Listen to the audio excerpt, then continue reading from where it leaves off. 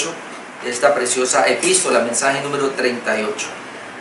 Ya dejamos, hermanos, lo que tiene que ver con el desorden que había en Corinto, acerca del culto, que tiene que ver capítulos 11, 12, 13 y 14. Ahora ya el apóstol Pablo toma otro punto que tiene que ver con la resurrección, y el título sería la resurrección general. Todo el capítulo 15, la resurrección general, dado que él va a hablar allí de la resurrección de Cristo, de la resurrección de los muertos. Y toca ese tema, obviamente, como un tema aparte. Parece ser que si no le informaron al apóstol Pablo algunos pensamientos o alguna doctrina que está infiltrándose en Corinto, él de alguna manera se dio cuenta de que algunos estaban dudando de la resurrección de los muertos, es decir, una creencia pagana, griega, se había infiltrado. Y entonces por eso él trata todo el capítulo más largo hasta ahora. Yo confío en Dios sacar 2 mensajes nomás de ese capítulo, dado que es muy claro, además de que es tan claro, solamente con leerlo nomás uno ya comprende. Nosotros hemos ido mucho a este capítulo 15, donde más vamos.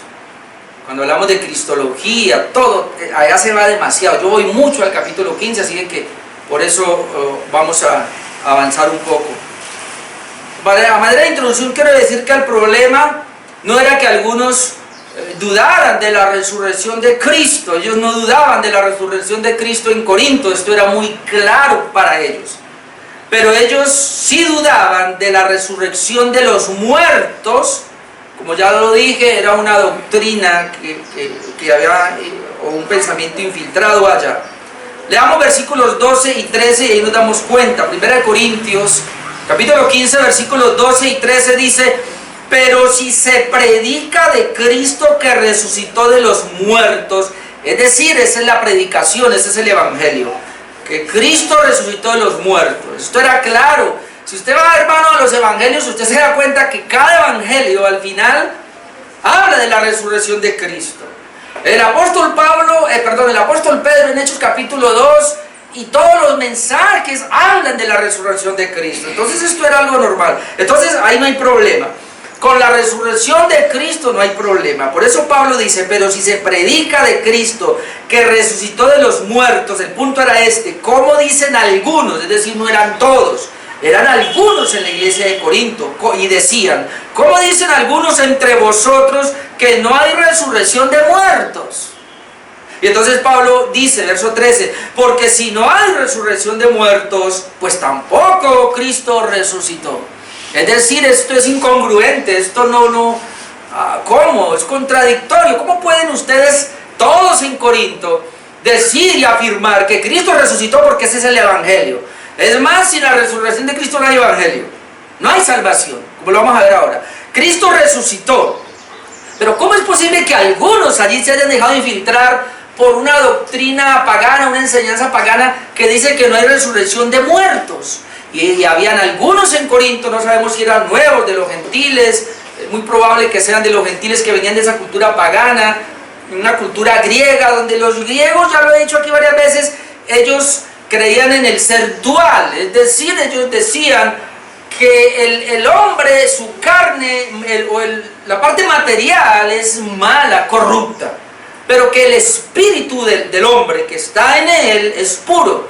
Es decir, el ser humano en su vida espiritual está metido en una cárcel.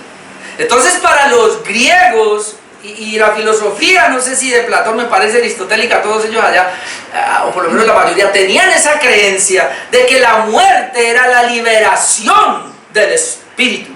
El espíritu está encarcelado y por eso comete todo tipo de pecado. ¿Sabe que algunos cristianos creen eso? No está muy lejos. Hay cristianos que creen así, que el espíritu, ay, yo soy puro, yo soy santo, ¿no? Pero mi carne es la mala. Entonces cuando yo muero, mi espíritu se libera de la carne, y entonces yo paso a ser lo que verdaderamente yo soy, y mi cuerpo sencillamente se desintegra. Así creían ellos. Entonces por eso Pablo dice: a ver un momentico, ¿qué es eso que algunos están creyendo así? Si ustedes creen entonces que una vez uno muere, el cuerpo se desintegra y ya no más, y que uno queda libre, pues. O sea, ustedes no están creyendo en la resurrección de los muertos. Ustedes no creen que es cierto, que como es bíblicamente, hermano, nosotros no somos duales, nosotros creemos que en una sola persona, una unidad. O sea, nosotros creemos que si bien es cierto que el cuerpo fue hecho digamos, de dos esencias, así, una material y otra espiritual, pero cuando Dios hace al hombre, es un solo ser. Tú y yo somos seres, somos personas por las dos, digamos, sustancias, si se puede llamar así, o los dos elementos que nos componen. Cuando separamos los dos elementos, el uno del otro, dejamos de ser. Es decir, en el momento que este cuerpo se muera y el espíritu salga, la Biblia dice que mi espíritu va a estar con Dios, es verdad, pero espera la resurrección de mi cuerpo. Y cuando Cristo venga por segunda vez, como lo vamos a ver ahí, mi espíritu, mi cuerpo resucita y mi espíritu vuelve a unirse y ahí soy yo. O sea, yo no puedo ser sin mi cuerpo. Y entonces eso es lo que la Biblia habla, de la resurrección del cuerpo. Pero algunas personas, influenciados por esa cultura pagana, obviamente, griega, entonces ellos dentro de la iglesia decían, está bien, aceptamos que Cristo ha resucitado, pero no podemos aceptar la resurrección de los cuerpos. Entonces por eso Pablo tiene que entrar a corregir rápido. Bueno, ya explicando esto, así no hay ningún problema. Entonces aquí hay 7 cosas en todo el capítulo 15. Hoy voy a hablar de 3 y las otras 4, confiando en Dios, dentro de 8 horas. Número 1, la resurrección de Cristo, versículos 1 al 8.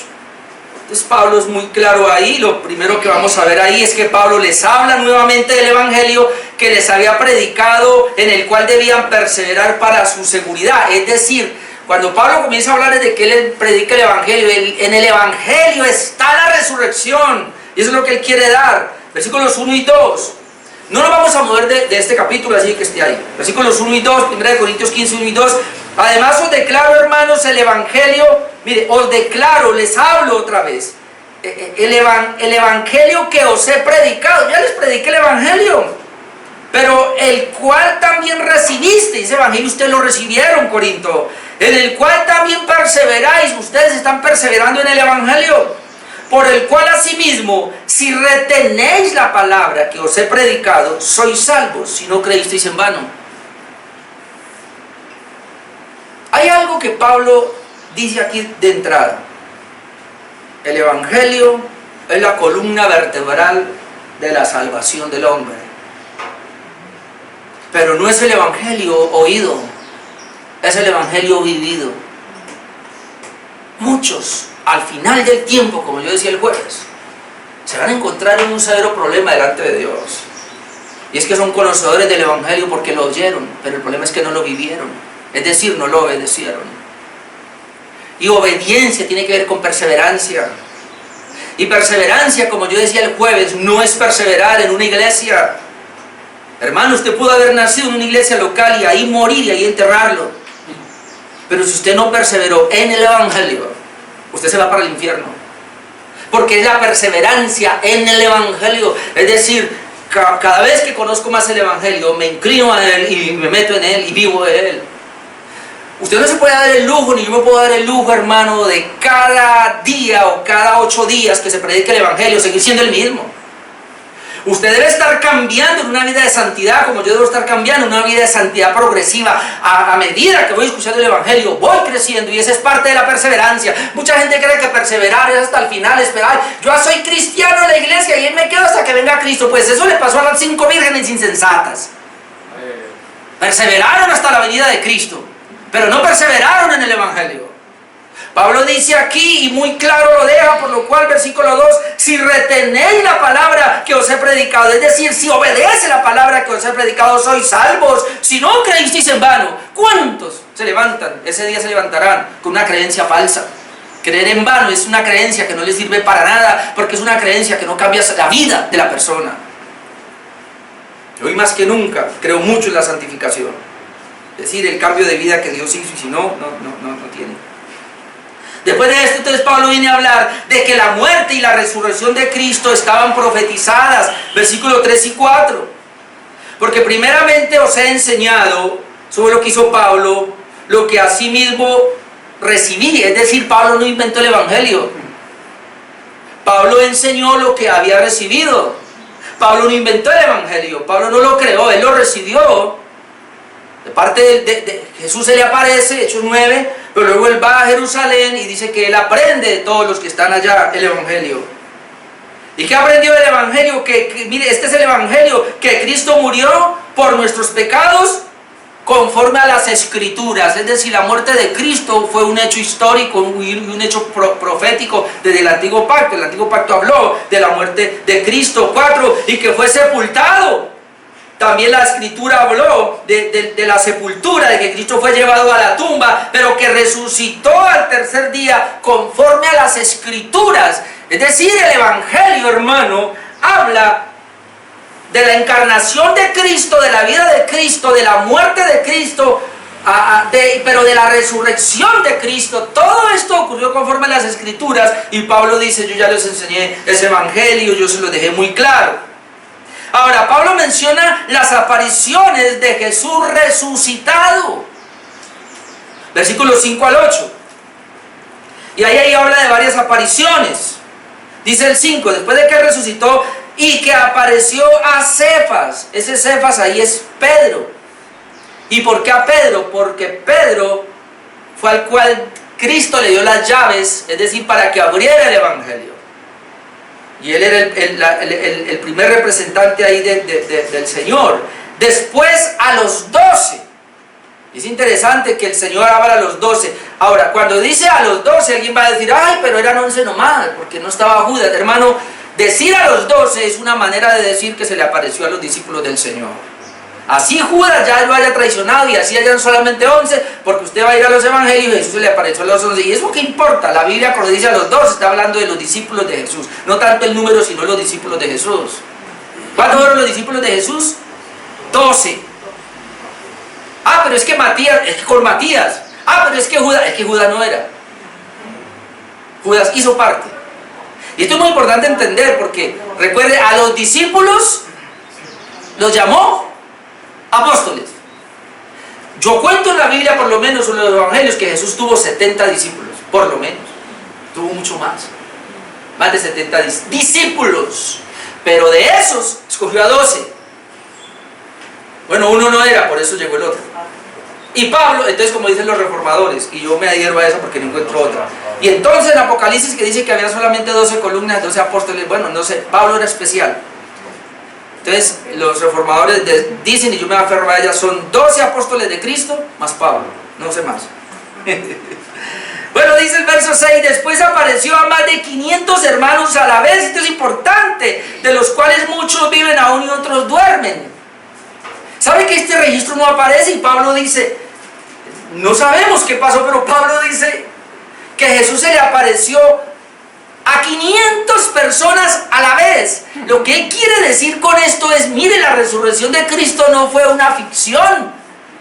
No fue que 2 o 3, por ilusión, como muchos dijeron, ¿no? Ellos estaban tan ilusionados de que Jesús iba a resucitar, que vieron visiones, o ¿cómo es que llama? Se llenaron de... alucinaron. O sea, puede que uno alucine, puede que 2 o 3 de pronto alucinen, ¿sí o no? Pero Pablo dice, 500. Y luego de eso, mire lo que él dice, de los cuales muchos viven aún, y otros ya duermen, o sea, otros ya han muerto, pero la mayoría viven. Ahora haga la cuenta, Jesús resucitó, pongámosle que en el año 30. Esta carta se escribió en el año 55. ¿Cuántos años van? 25. Es decir, lo que Pablo está diciendo es, hace 25 años atrás, que fue la resurrección de Jesucristo, se le apareció a más de 500, muchos de ellos ya han muerto, es cierto, pero hay otros vivos. Si quiere vaya y les pregunta, ¿qué pasó? Entonces habla de las apariciones después de la resurrección. O sea, lo que Pablo está diciendo es, antes de hablar de la resurrección del cuerpo, porque el tema de 1 Corintios capítulo 15 es la resurrección del cuerpo, pero él antes de eso tiene que hablar de la resurrección de Cristo, que es la base para nuestra resurrección. Luego dice el verso 7, después apareció a Jacob, y este es importantísimo. ¿Quién es Jacob aquí? No es Jacob el apóstol, porque Jacob el apóstol murió en Hechos capítulo 12. Bueno, se le apareció a él y está en el grupo de los 12 apóstoles. Pero aquí es el hermano de Jesús. Hasta antes de la muerte de Cristo, Jacob, igual que Judas y otros, no creían en Jesús. Después de la resurrección, Jacob creyó en Jesús, y yo creo que creyó fue porque Jesús se le apareció resucitado a su hermano. Y ahora, ¿quién es este Jacob? Llegó a ser columna de la iglesia, y él es el que escribe Santiago, el mismo Santiago de Jacob. Por eso dice Pablo que se le apareció a él. Después a todos los apóstoles. Bueno, y está repitiendo, bueno, yo no sé si está repitiendo o es que está hablando como Juan. ¿Se acuerda que una vez apareció a 10 sin Tomás y a los 8 ya se apareció con Tomás? No importa. Se le apareció a todos los apóstoles. Y el 8, y al último de todos, como a un abortivo, se me apareció a mí, me apareció a mí. Pablo se mete entre las apariciones y él dice, y al último de todos. Ahora la pregunta es, ¿de todos quiénes? Si vamos a ser honestos en todo lo que hemos venido hablando, de todas las apariciones.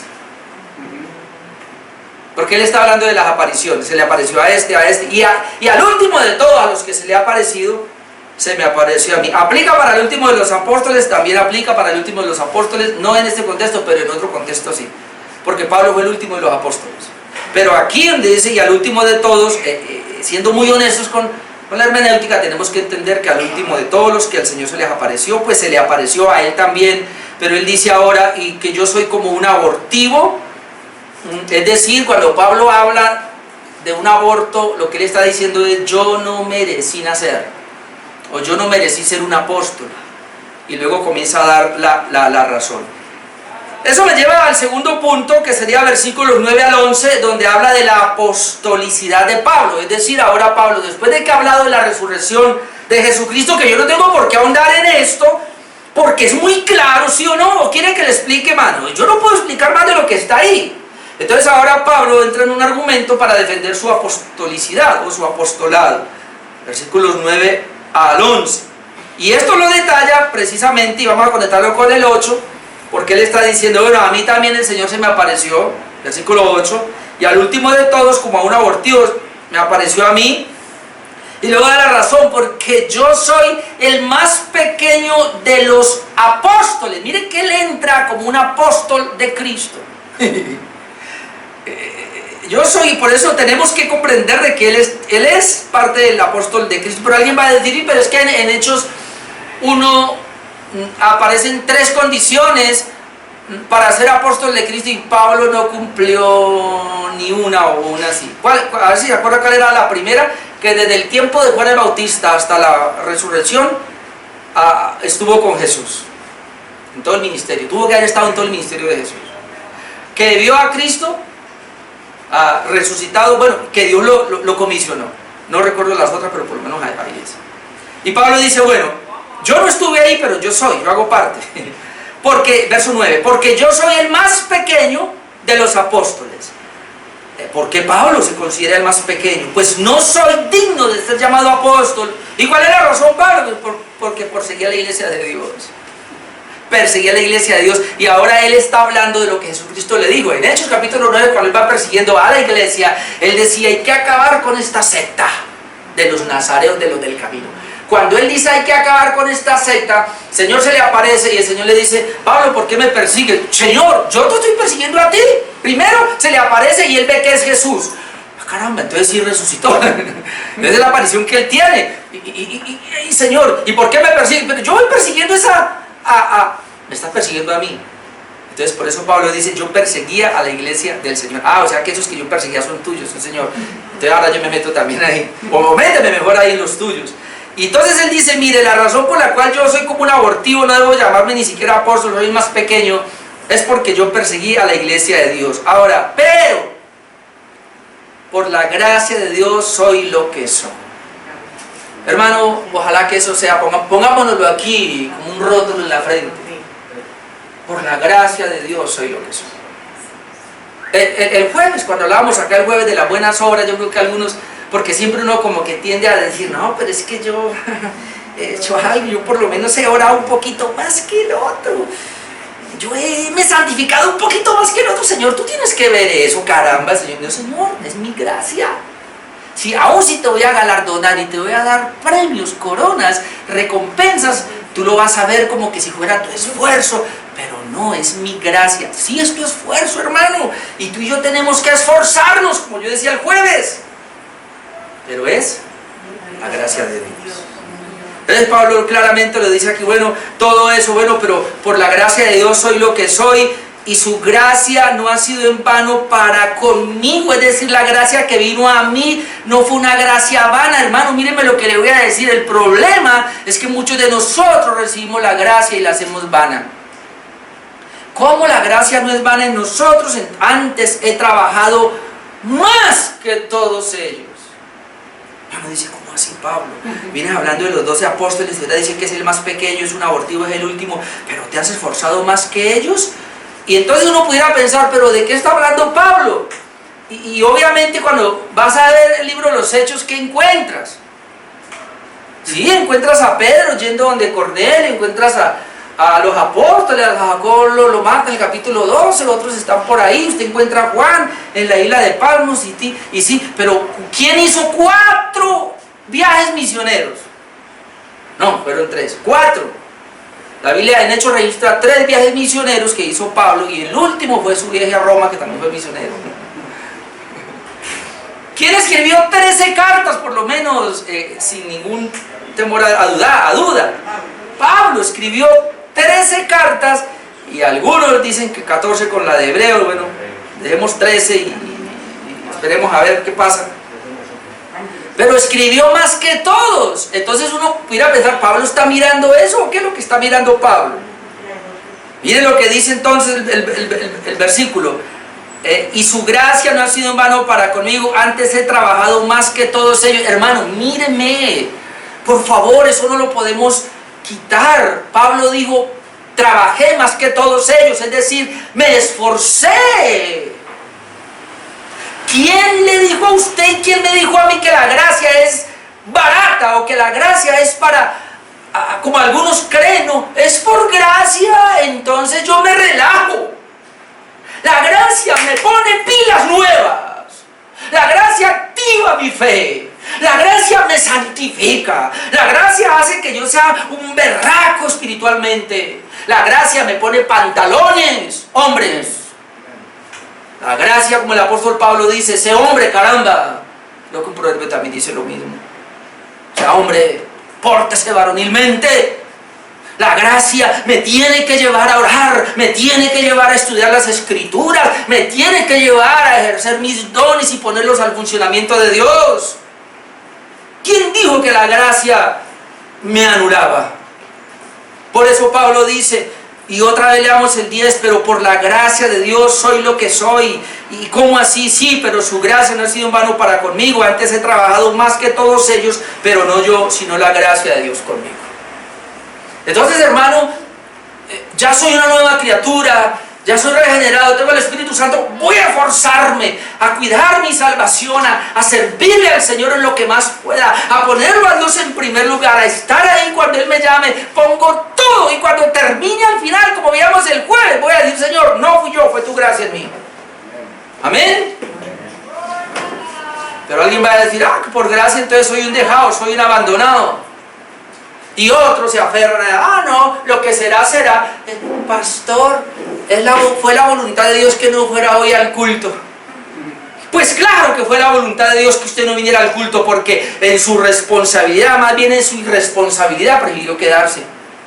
Y pues ni modo, porque la soberanía de Dios actúa con la responsabilidad humana, y cuando el hombre decide no hacer, entonces eso hace parte de la soberanía de Dios, pero usted es responsable. Fue la voluntad de Dios que me levantara hoy y no orara.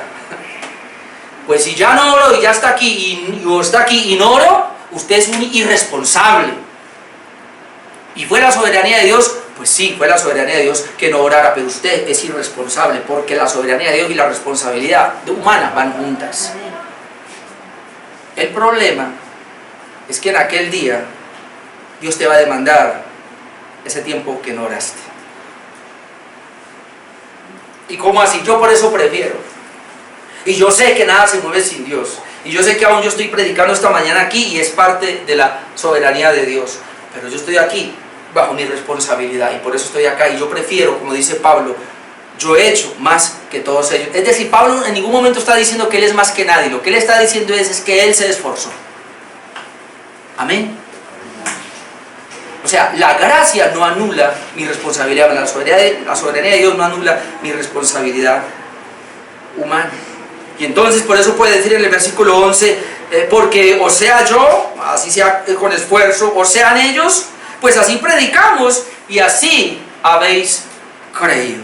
Es decir, nosotros hablamos el Evangelio es que encarnación, pasión, muerte, resurrección de Cristo, ascensión, todo eso es el Evangelio, y eso es lo que nos da la salvación. Y entonces enfatiza la resurrección de Cristo y dice, bueno, así sean esos apóstoles o así sea yo, así es que nosotros predicamos y así es que habéis creído. Número 3, ahora entra a hablar de la resurrección de los muertos, que vamos a mirar versículo 12 hasta el 34. ¿Alcanzaremos? Creo que sí. Ya dejando claro la resurrección de Cristo, y si usted quiere saber más, pues a ver, investigue en otra oportunidad. La apostolicidad de Pablo, bueno, aquí lo deja claro. Hay muchos más textos obviamente, pero yo, como le dije, voy a ir solamente acá porque quiero sacar este capítulo 15 en 2 mensajes. Número 3, la resurrección de los muertos, versículo 12 hasta el 34. Ahí tengo 5 cosas. La primero, esta doctrina es fundamental para el cristianismo. Digamos que es su fundamento. Cuando decimos que es fundamental, estamos hablando que es el fundamento. Hermano, la resurrección de Jesucristo, como lo vamos a ver, es la base, es el cimiento de nuestro cristianismo. Si usted no cree en la resurrección de Cristo, usted no tiene cristianismo. Y entonces, ¿qué va a hacer? Al infierno. Pero el creer en la resurrección de Cristo es la base, como Pablo lo va a plantear acá. Entonces, lo primero lo que vamos a ver acá, en lo segundo, sería el apóstol Pablo utiliza una argumentación bien lógica. Versículos 12 al 19. Y en esa argumentación lógica vamos a ver por lo menos 2 cositas ahí. Primero, si Cristo ha resucitado, también lo harán los hombres. Ya lo vimos, pero leámoslo otra vez, versículos 12 y 13. Si Cristo ha resucitado, ¿cuántos creen que Cristo resucitó? Amén. Bueno, esa es la garantía para tu resurrección y es la garantía para mi resurrección. Ya lo dijimos, versículo 12. Pero si se predica de Cristo que resucitó de los muertos, o sea, ya predicamos de Cristo y eso es verdad. ¿Cómo dicen algunos entre vosotros que no hay resurrección de muertos? Ya expliqué por qué decían ellos eso. Porque si no hay resurrección de muertos, pues tampoco Cristo resucitó. Esa es la lógica. Si no hay resurrección de muertos, entonces Cristo no resucitó. ¿Por qué? Porque es que Cristo, como lo vamos a ver más adelante, es el primer ser humano que resucitó. ¿Está diciendo que Jesucristo es un ser humano? Estoy hablando de la humanidad de Cristo. Él es Dios. Jesucristo es Dios, pero Él tiene 2 naturalezas. Estamos hablando de la resurrección de la naturaleza humana. Y como hombre, su naturaleza humana fue el primero que resucitó. Nunca vamos a dividir la naturaleza humana de la naturaleza divina, como nuestro amigo Maldonado, que dice que Jesucristo actuó como hombre y que los milagros que hizo, los hizo dependiendo del Espíritu Santo. Hermano, por favor, usted no puede, ninguno de nosotros puede separar la divinidad de la humanidad. Cuando Jesucristo estuvo en la tierra, fue Dios. Y cuando Él hizo los milagros, fue Dios. No es que Él se separó de la humanidad, nunca.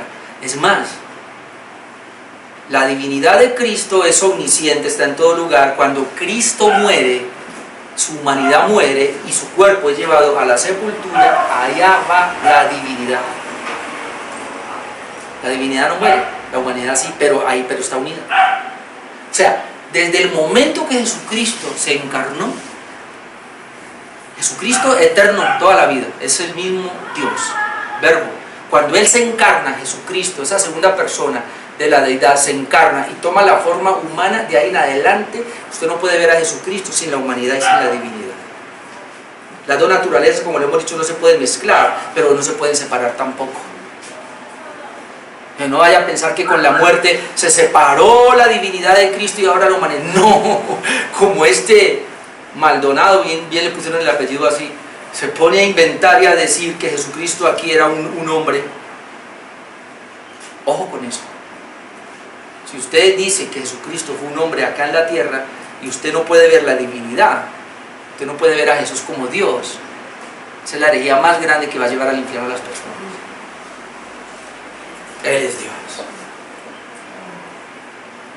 Y entonces ahora, suponiendo que Cristo no hubiera resucitado, entonces toda la creencia del cristianismo se vendría abajo, lo que Pablo ahora va a dar. La otra parte lógica que él va a tratar es que hay 7 pilares de la fe que se vienen abajo si Cristo no resucitó. Pablo deja claro, si los muertos no resucitan, Cristo entonces no resucitó. Y ahora va a decir, y si no resucitó, 7 pilares de la fe se vienen abajo. Y los quiero mencionar brevemente, versículo 14 hasta el 19. Mire, y si Cristo no resucitó, vana es entonces nuestra predicación. El primer pilar que se viene abajo es la predicación. Entonces, ¿usted qué está haciendo hoy acá? ¿Recibiendo qué? ¿Verdad? Vana es también vuestra fe. Y si tu fe y mi fe es vana, porque Cristo no resucitó, hermano, ¿quién nos va a llevar entonces? Si ven que nos vamos para el infierno. Y luego otro pilar, verso 15, somos hallados falsos testigos de Dios. Si Cristo no resucitó, somos hallados falsos testigos. Usted y yo somos falsos testigos. Pero algo más grave, hacemos falso a Dios. Si Cristo no resucitó, estamos diciendo que Dios es mentiroso, porque la Biblia, el Antiguo Pacto y todo el Nuevo Pacto habla de la resurrección de Cristo. Y Dios habló de la resurrección de Cristo. No dejarás mi alma en el Seol, y permitirás que tu santo vea corrupción. Entonces Dios es falso. ¿Ve? Y luego dice, ¿por qué somos hallados falsos testigos de Dios? Pues porque hemos testificado de Dios que Él resucitó a Cristo. Eso es lo que hemos dicho, el cual no resucitó si en verdad los muertos no resucitan. Hermano, si los muertos no resucitan, fue una mentira de que Dios resucitó a Cristo, que el Espíritu Santo resucitó a Cristo, o como dijo Cristo, entonces Cristo fue mentiroso, porque Jesucristo dijo, yo pongo mi vida, tengo poder para ponerla y tengo poder para volverla a tomar. Entonces, hermano, la fe en Cristo no sirve, porque entonces estamos creyendo en un mentiroso que dijo que tenía poder para poner la vida y para tomarla y no la pudo tomar. Hermano, la resurrección de Cristo, por eso, es fundamental.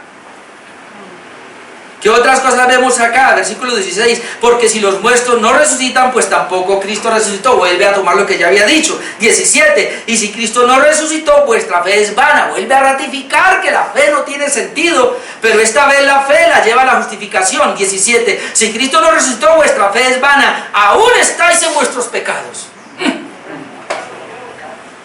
Si Cristo no resucitó, hermano, usted no es justificado nada. Porque Romanos 4:25, ¿qué dice? Que Él resucitó para nuestra justificación, la garantía de que soy justificado, es decir, de que delante de Dios soy declarado sin pecado y por eso hoy tengo salvación, es por la resurrección de Cristo. Y Pablo dice, bueno, y si Él no resucitó, suponiendo que no haya resucitado, entonces nuestra fe es vana, todavía estamos en pecado. ¿Y quién va a limpiar nuestros pecados entonces? ¿Cómo? Y versículo 18, entonces también los que durmieron en Cristo perecieron. Es decir, los que murieron confiando en Cristo hasta la fecha están en el infierno. Si Cristo no resucitó, Adán y todos los antiguos están en el infierno. Y desde que Cristo hasta nuestros días están en el infierno. Entonces, ¿para qué hablamos de la salvación en Cristo? Y esta joya que malinterpretan los testigos de Jehová, 19. Recuerden que está hablando de la resurrección si Cristo no resucitó. Entonces hay que leer el 19 con eso. Si Cristo no resucitó, entonces, si en esta vida solamente esperamos en Cristo, que no resucitó, ¿no? Suponiendo, pues somos los más dignos de conmiseración de todos los hombres. Un testigo de Jehová te va a llevar ahí. Porque ¿qué va a decir el testigo de Jehová? Es Jehová, no Cristo, ¿no? Nosotros confiamos en Cristo, sí, pero en Jehová. Le voy a decir que Cristo no es suficiente. ¿Y sabe a dónde lo llevan? Acá. Los testigos de Jehová se van acá. Y le dice, se da cuenta, mire, dice la Biblia, así dicen ellos, como todos aquellos pastores que nunca fueron a estudiar a un seminario. Van a decir esto. Mira lo que dice la Biblia. Si en esta vida solamente esperamos en Cristo, ay, usted solamente espera en Cristo. Si en esta vida solamente esperamos en Cristo, somos los más dignos de conmiseración, es decir, que nos tengan lástima, pobrecitos, de todos los hombres. Así que usted tiene que confiar en Cristo y en más, y en la iglesia, y en los testigos de Jehová, y en los santos, y en otros. No solo puede esperar en Cristo. Lo que Pablo está diciendo es, si Cristo no resucitó, y nosotros confiamos en Cristo, somos dignos de que nos tengan lástima, de conmiseración. Eso es lo que está diciendo. Pero Él sí resucitó. Ahora vamos a ver otro punto acá. Ahora Pablo presenta la realidad de la resurrección.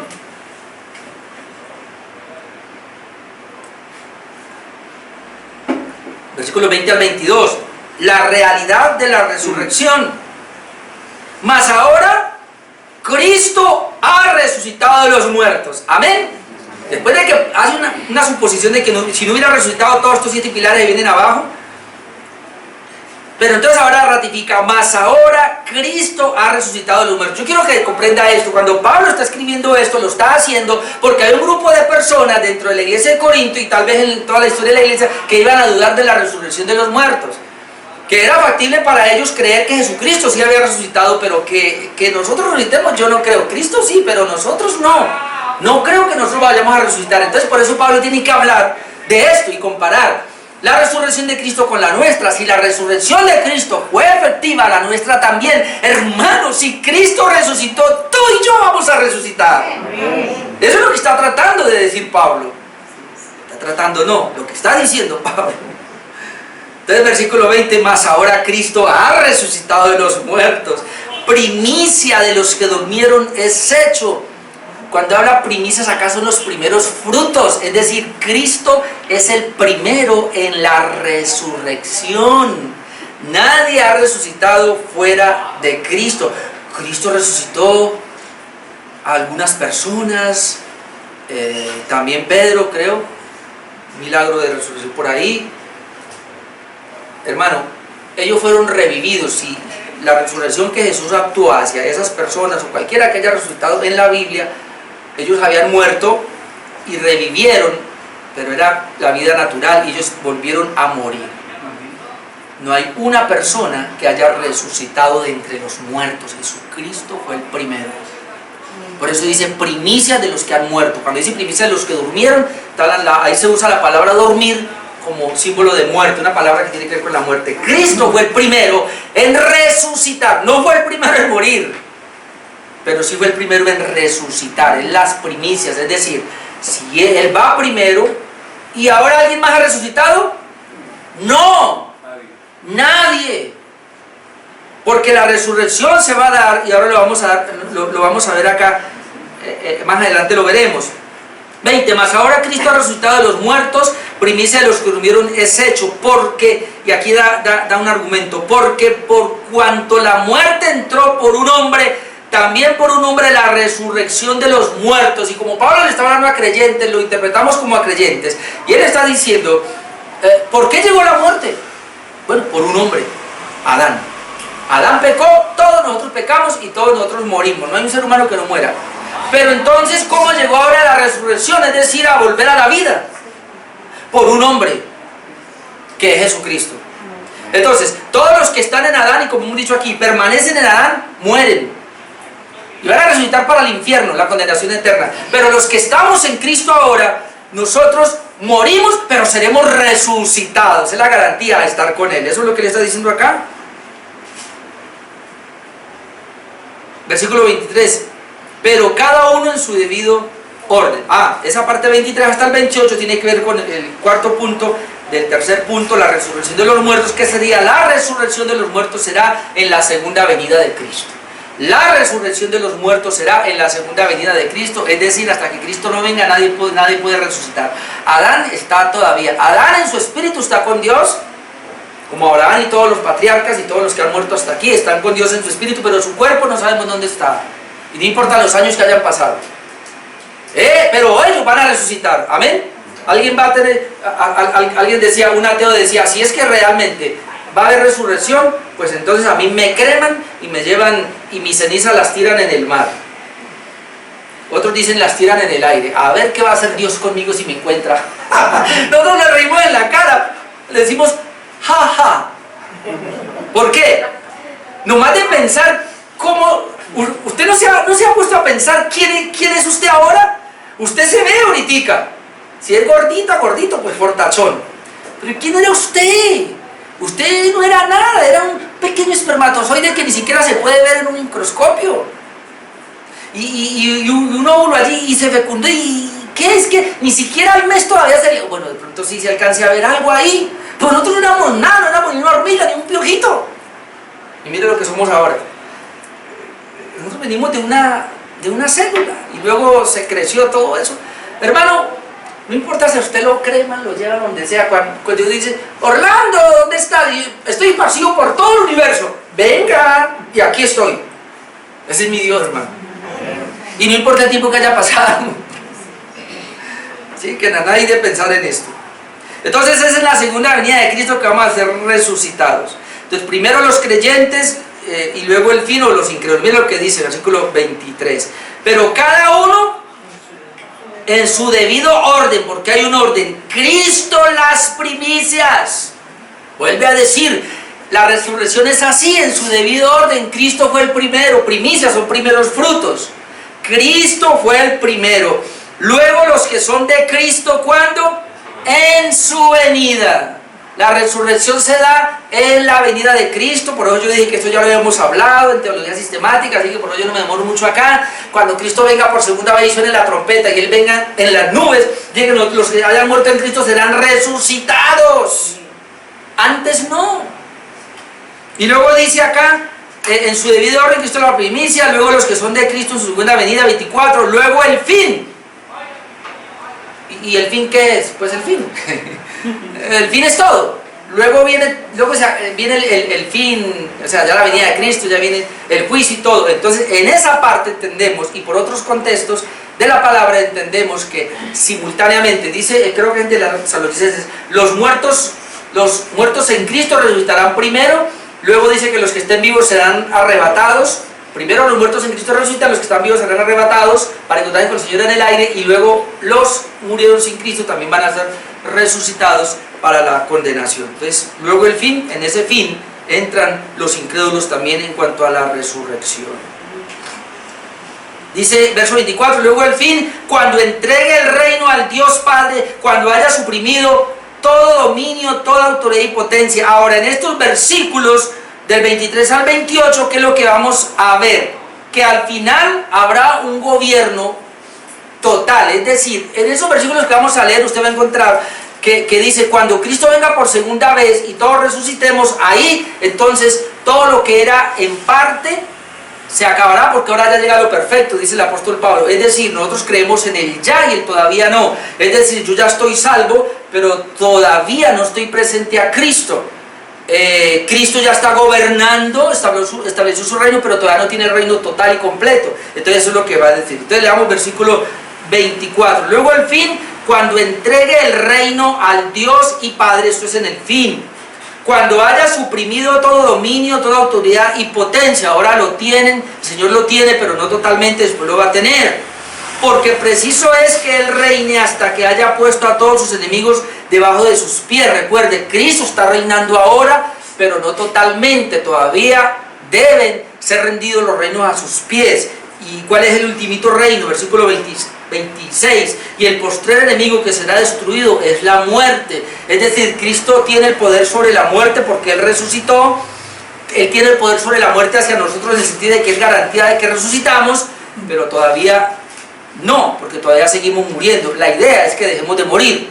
En la resurrección dejaremos de morir. Y entonces cuando venga Cristo por segunda vez tendrá toda la autoridad, porque la muerte se someterá a Él. ¿Y cómo se somete? Recuerde Apocalipsis. Dice que el Hades está tapado. El lago de fuego está tapado. Se va a quitar la tapa, y luego dice que allí será echado la trilogía diabólica.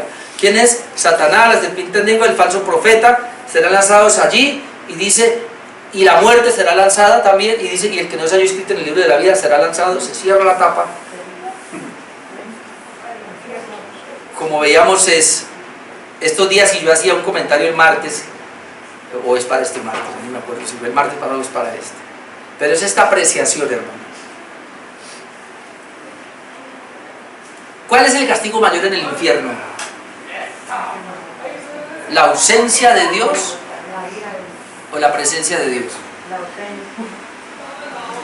La mayoría dice la ausencia de Dios. ¿Sabe? El mayor castigo para el inconverso en el infierno es la presencia de Dios. Porque es en el infierno donde Dios se va a presentar con toda su justicia. Ahí no hay injusticia. Se va a presentar con toda su ira que va a derramar. Se va a presentar allí como el Dios de la venganza. El Dios vengativo. Es allá en el infierno. Ahora, es un manso. Dios todavía tiene mucha misericordia, mucha mansedumbre, que no ha destruido a este mundo. Cuando uno ve cosas tan aterradoras que pasan en el mundo, uno dice: ¿qué está pasando? La ira de Dios está frenada todavía. Pero allá, el Señor tiene toda la libertad para soltar su venganza, para soltar su ira y para decir: aquí le voy a aplicar la justicia. Ahora sí, mijito, venga para acá. Usted en la tierra fue así, así, así, ¿sí o no? Mire todo lo que usted hizo, ¿sí o no? ¿Qué merece? Pues por cada acto suyo de violación de mi ley va un castigo. Usted hizo esto, usted mató, sí, esta es la pena. Usted violó, usted tuvo un mal pensamiento, esta es la pena. Uy, de lo que el Señor lo libró, Dios mío. Usted se imagina a uno en el infierno y que Dios le muestre el historial y que diga: ahora usted va a pagar aún por sus pensamientos malos que tuvo. Bendito sea Dios que nos libró del infierno. Amén. De la ira venidera, dice la palabra de Dios. 27, porque todas las cosas, dice que las sujetó debajo de sus pies. Y aquí hay una aclaración, una excepción. Cuando dice que todas las cosas han sido sujetadas a Él, claramente se exceptúa aquel que sujetó a Él todas las cosas. Es decir, recuerda que el Padre envió al Hijo y le sujetó todo al Hijo, a excepción del Padre, obviamente del Espíritu Santo. Pero luego que todas las cosas, versículo 28, le estén sujetas, entonces también, y esto es impresionante, el mismo Hijo se sujetará al que le sujetó a Él todas las cosas, para que Dios sea todo en todo. Es decir, en la economía de Dios, o en los roles de Dios, recuerden que Dios es uno solo, pero existen tres personas, y el Padre comisionó al Hijo a una tarea, el Hijo hizo la tarea, y ahora cuando lleve la iglesia y los redimidos y todo, y recupere todo esto, lo de la creación perdida, y ya llegue allá, ¿qué hace el Hijo una vez cumpla al Señor? Estamos hablando en los roles, no es que el Padre sea mayor, recuerda que Dios es uno solo, y tanto el Padre como el Hijo y el Espíritu Santo son uno solo, tienen la misma esencia, son coiguales, dignos de adoración igual. Pero en cuanto a los roles, el Hijo ahora le va a entregar todo, y Él mismo dice en sus roles, hablemos en su misión, y Él se sujeta al Padre. Hay otros textos también que lo dice, así que no hay problema en cuanto a esto. Y lo último, para terminar, el apóstol Pablo usa ahora una argumentación final. Y aquí hay tres cosas: denuncia la práctica del bautismo por los muertos como errada, si no hay esperanza de resurrección, para aquel sufrimiento diría: mejor vamos a divertirnos.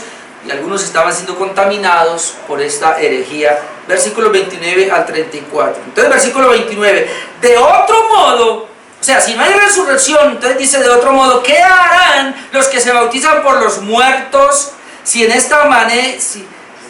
en ninguna manera los muertos resucitan, ¿por qué pues se bautizan por los muertos? Ojo, aquí parece ser, y esto es muy confuso, no se ponen de acuerdo los comentaristas de la Biblia, pero lo que se cree y lo que estoy más acertado es que parece ser que esa doctrina también estaba entrando en la iglesia. ¿Y cuál era la doctrina? Que ellos estaban diciendo: bueno, yo tengo familiares recién convertidos, o por lo menos pasaron algunos tiempos y ellos no se alcanzaron a bautizar. Entonces, como ellos creían que el bautismo aportaba para la salvación, y eso es casi siempre el cristianismo ha habido eso, hay un sector que cree así, porque la Biblia dice que el que creyere y fuere bautizado será salvo, sobre todo los pentecostales, Padre Santo, y otro sector de la iglesia creen así. Entonces parece ser que en esa época creían también. Entonces, ¿ellos qué hacían? ¡Ay, se murió fulanito, mi familiar! ¡Ay, caramba! Y entonces no se bautizó. ¡Ay, Señor, yo me voy a bautizar en nombre de Él! Es parecido al perdón al orar por los muertos, parecido, ¿no? ¡Ay, pero si se murió fulano de tal y no se alcanzó a confesar! Señor, yo voy a hacer unos Padres Nuestros a nombre de Él. O sea, para que el Señor lo perdone a Él, esa es la idea. Entonces aquí también yo me bautizo para que alcance la salvación, Señor. y si son 7 familiares, me bautizo 7 veces. Ahora, Pablo no está obviamente aprobando eso. Lo que él está diciendo es entonces, y se pregunta, bueno, si Jesús no resucitó, entonces ¿para qué se bautizan por los muertos? Es lo que él está diciendo, porque se supone que el que se bautiza por los muertos está deduciendo con eso de que él va a resucitar, de que hay una vida eterna. Por eso lo hace. Y no me explayo más en eso. Entonces luego ahora dice, verso 30, ¿y por qué nosotros peligramos a toda hora? O sea, si no hay resurrección de muertos, pues ¿para qué voy a sufrir? ¿Para qué voy a padecer? ¿Por qué entonces yo peligro a toda hora? Os aseguro, hermanos, por la gloria que de vosotros tengo en nuestro Señor Jesucristo, que cada día muero. Es decir, por causa del Evangelio, estoy dispuesto a la muerte todo el tiempo. Y luego pone un ejemplo, si somos hombres, ver 32, si como hombre batallé en Éfeso contra fieras, pues ¿qué aprovecha? Él está diciendo, ¿para qué los sufrimientos? ¿Para qué me abstengo entonces? Si yo no voy a resucitar y la vida es esta, pues ¿de qué me sirve yo que exponerme por el Evangelio, caramba? Pues ¿para qué me pongo yo a restringir mi vida moral? ¿No? Entonces por eso concluye, versículo 32, si como hombre batallé en Éfeso contra fieras, ¿qué me aprovecha? Pues si los muertos no resucitan, pues comamos y bebamos porque mañana moriremos. Creo que trae un proverbio, Eclesiastés, como que dice eso, bueno, pues si los muertos no resucitan, pues caramba, ¿saben qué? Cerremos la iglesia. Camine, vámonos para la feria de Cali si nos permiten. Y pues disfrutemos, pues al fin y al cabo, ¿qué es lo que hace el hombre? Comer y beber, caramba. Pues hagamos eso entonces. Pues, ¿para qué? Si no hay resurrección de muertos, no vale la pena sufrir, eso es lo que está diciendo Pablo. Entonces divirtámonos.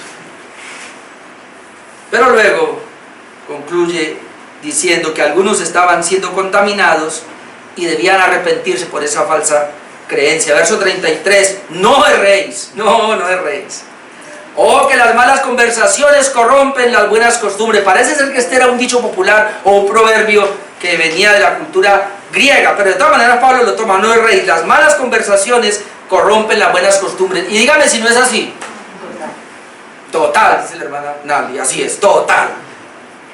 Y entonces lo llama a una reflexión, versículo 34, velad debidamente y no pequéis. Ustedes están pecando con ese pensamiento, porque algunos no conocen a Dios, para vergüenza vuestra lo digo. Es decir, hay ignorancia en cuanto a la resurrección de Cristo, hay ignorancia de algunos en cuanto al Evangelio, y por eso Pablo tiene que darles esa explicación de la resurrección. Si Cristo resucitó, nosotros también resucitamos. Si usted cree lo contrario, es porque usted no conoce y hay que volver a enseñar, caramba, y debe arrepentirse porque está en pecado.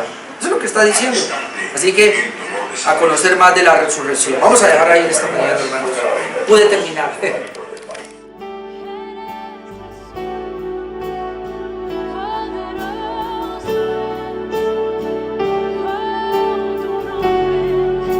La muerte venciste, el velo rompiste, la tumba vacía.